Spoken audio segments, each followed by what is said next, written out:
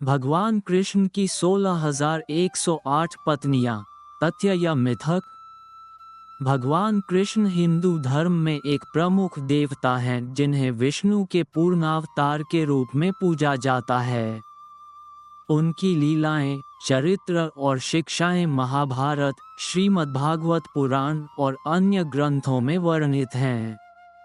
कृष्ण के जीवन से जुड़ी कई कथाएं हैं, जिनमें से एक उनकी 16,108 पत्नियों की कथा भी है।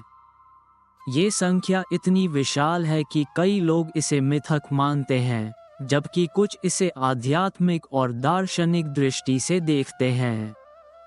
इस लेख में हम इस विषय पर गहराई से चर्चा करेंगे और यह समझने का प्रयास करेंगे कि यह कथा तथ्य है या मिथक। भगवान कृष्ण की पत्नियों की संख्या का स्रोत भगवान कृष्ण की 16,108 पत्नियों की संख्या का उल्लेख श्रीमद्भागवत पुराण में मिलता है। इसके अनुसार उनकी प्रमुख 8 पत्नियां थीं, जिन्हें अष्टभार्या कहा जाता था।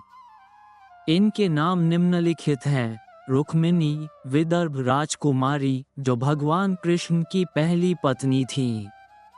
सत्यभामा, एक पराक्रमी राजा की पुत्री, जिन्हें भगवान कृष्ण ने विवाह में प्राप्त किया। जाम्बवती, जाम्बवान की पुत्री, जिन्हें कृष्ण ने स्यमंतक मणि के विवाद के दौरान पत्नी के रूप में स्वीकार किया।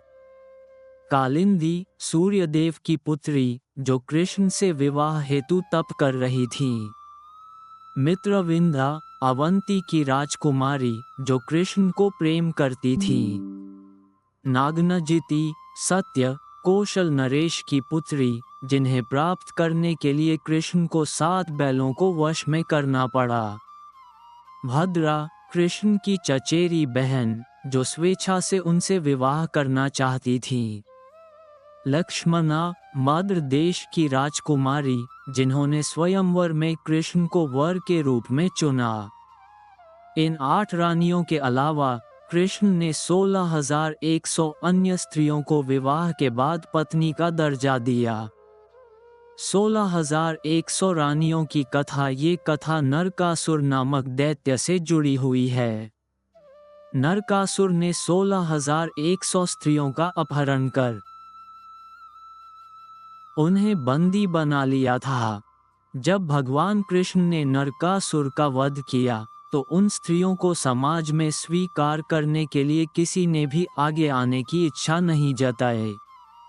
तब भगवान कृष्ण ने ये सुनिश्चित करने के लिए कि उन स्त्रियों को समाज में सम्मान मिले, उनसे विवाह किया। इस कथा को 2 प्रकार से समझा जा सकता है।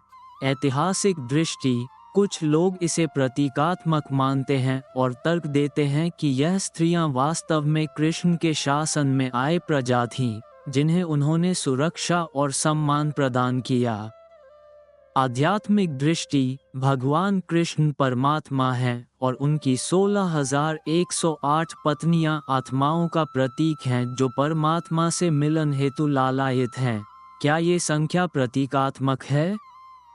कुछ विद्वानों का मानना है कि 16,108 की संख्या केवल एक प्रतीकात्मक अभिव्यक्ति है।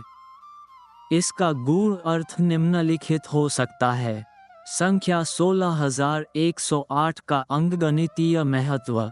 16,108 को तोड़कर देखें तो 16 को पूर्णता, 100 को संतोष और 8 को अनंतता का प्रतीक माना जाता है। ये कृष्ण की अखिल ब्रह्मांडीय शक्ति का प्रतिनिधित्व कर सकता है। आध्यात्मिक दृष्टिकोण, कृष्ण भक्ति मार्ग के अनुसार प्रत्येक आत्मा कृष्ण की संगिनी है। अतः ये संख्या उनके अनंत भक्तों को दर्शाने का एक तरीका हो सकता है। इतिहास और समाज शास्त्रीय दृष्टि से मूल्यांकन। अगर हम ऐतिहासिक और समाज शास्त्रीय दृष्टि से देखें, तो यह असंभव प्रतीत होता है कि कृष्ण ने भौतिक रूप से 16,108 विवाह किए होंगे और सभी पत्नियों के साथ समान व्यवहार किया होगा।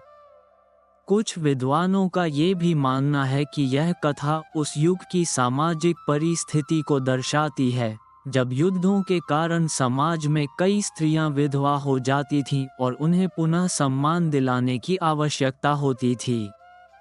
संस्कृत ग्रंथों की व्याख्या महाभारत और श्रीमद्भागवत पुराण में इस कथा का उल्लेख विस्तार से किया गया है।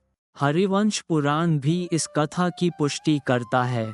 कुछ ग्रंथों में ये भी उल्लेख है कि भगवान कृष्ण सभी 16,108 रानियों के साथ अलग अलग रूप में निवास करते थे, जो उनकी दिव्य शक्ति को दर्शाता है।